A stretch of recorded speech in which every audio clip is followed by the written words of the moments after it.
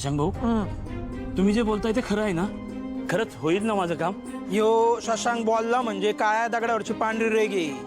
100% तुमचं काम होणार. तुमच्या पोराचं ऍडमिशन जिथं पाहिजे तिथं करू आपण. काय हे कलियुग आहे. या कलियुगात सख्खे भाऊ एकमेकाच्या उरावर बसतात जमिनीसाठी. मग मी तुमचं काम फुकट कसं करायचं? काम व्हायला हवं असेल 15,000 लागतील, ते बी रोकडा कॅश. जमतंय का? शशांक भाऊ, सध्या एवढे पैसे नाहीत हो माझ्याकडं. आणि मी स्वतःच त्या कॉलेजच्या प्रिन्सिपलला भेटलो. ते म्हणलं 52% मार्कावर सायन्सला ऍडमिशन मिळणं कठीण आहे. ते तुमचं तोंड बघून बोलला असेल. शशांक भाऊ, तुमची एवढी मोठी ओळख आहे, त्या कॉलेजचे ट्रस्टी सुद्धा कोणाला पण नाही म्हणतात. हो काका, तुम्ही काय हलक्यात घेता काय हो मला? आणि माझ्या मेवण्याची बायको कोणी माहितीये? कोण आहे? खुद्द शिक्षण मंत्र्याची पोर माझ्या मेवण्याची बायको आहे. मोठा भाऊ जे मी तिचा सोयरी की आमची मंत्र्यासोबत. तुम्हाला सांगतो, त्यांच्या बंगल्यावर उठ बस असते आपली.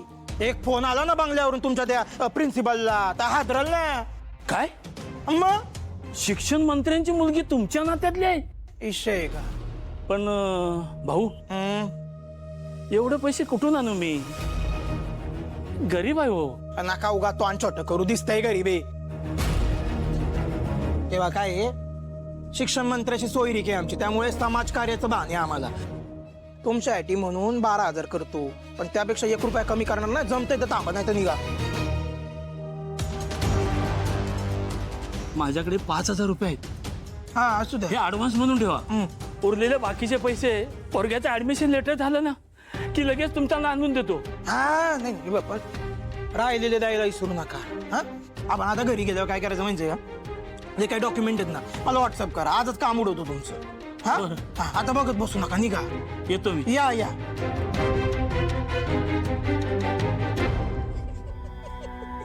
काय माणसे, त्या मंत्र्यासोबत सोयरी के म्हटलं, खिशातले सगळे पैसे काढून दिले. श्रावणी, तू आल्याचा पहिला फायदा झाला. लक्ष्मी आली.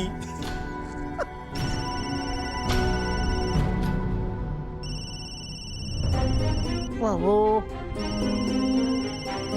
लिहून ठेव. हॅलो, शोभे नंबर 2, बोल काय झालं? काय म्हणलास तुम्ही? माका कसलं नाव ठेवतास? हे शोभा नंबर 2 काय लावलास तुम्ही? नाही नाही शोभे, ते काय झालं, कामात आहे ना. मी कामात होतो म्हणून इकडचं तिकडे बडबडलो.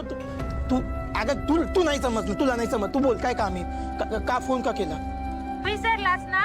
माका माहितीच होतं आज आपल्या वैभवीचा हॅपी बर्थडे असा.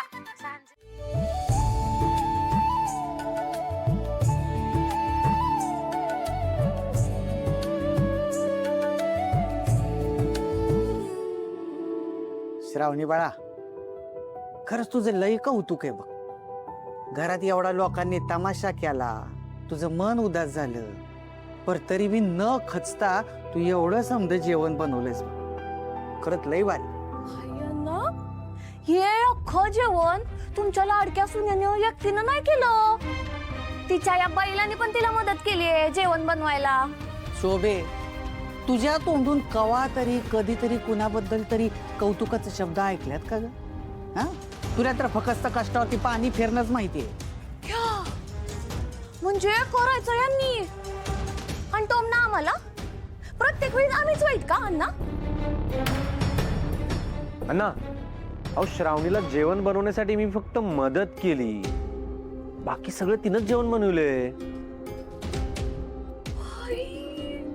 केवढं ते कौतुक बायकोचं.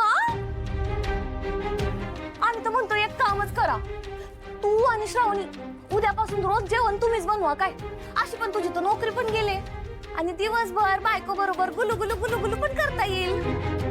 आणि खिशातले पैसे संपले का मग आपण सगळे अख्खी फॅमिली मिळून जाऊ अंबाबाईच्या मंदिरासमोर कटोरा घेऊन बसू भीक मागत. काय काय शोभे, जेवणाच्या ताटावर काय अभद्र बोलायलीस? कवा अक्कल येणार आहे तुला? एवढं काय बोललो अण्णा आम्ही? ह्यो शुभू जर असाच कड्यांमध्ये चमचे ढवळत बसला का नाही दिवसभर, तर हीच येळ येणार आहे आपल्यावर. काय बी कोणावरही कुठली येळ येणार नाही. उद्यापासून मी आधी जाईन कामाला. अजाबात नाही. काय झाले परवा आठवतंय का? विसरत नव? तोंड काळ करून आला होता. लोकांच्या मारहाणीत जीव कसा बसा वाचवून आला होता. नाहीतर काय. अगं पर ते काही नाही हं. सानिकाचं प्रकरण मार्गी लागेपर्यंत तुम्ही घराच्या बाहेर पाऊल बी नाही ठेवायचं. अगं मी बोललो ना, विषय संपला. शुभू आहे की शुभू करेल नोकरी. हा पण घराचा करता पुरुष आहे ना तो. आणि त्याला अशी वेळ आणायचीच असेल घरावर तर करू दे त्याला बायको बरोबर काम. धुऊ दे भांडी, करू दे कपडे, होऊ दे बायकोचा कामवाला बाप्या. आम्हासनी काय, आम्ही तर वाटलं म्हणून बोललो.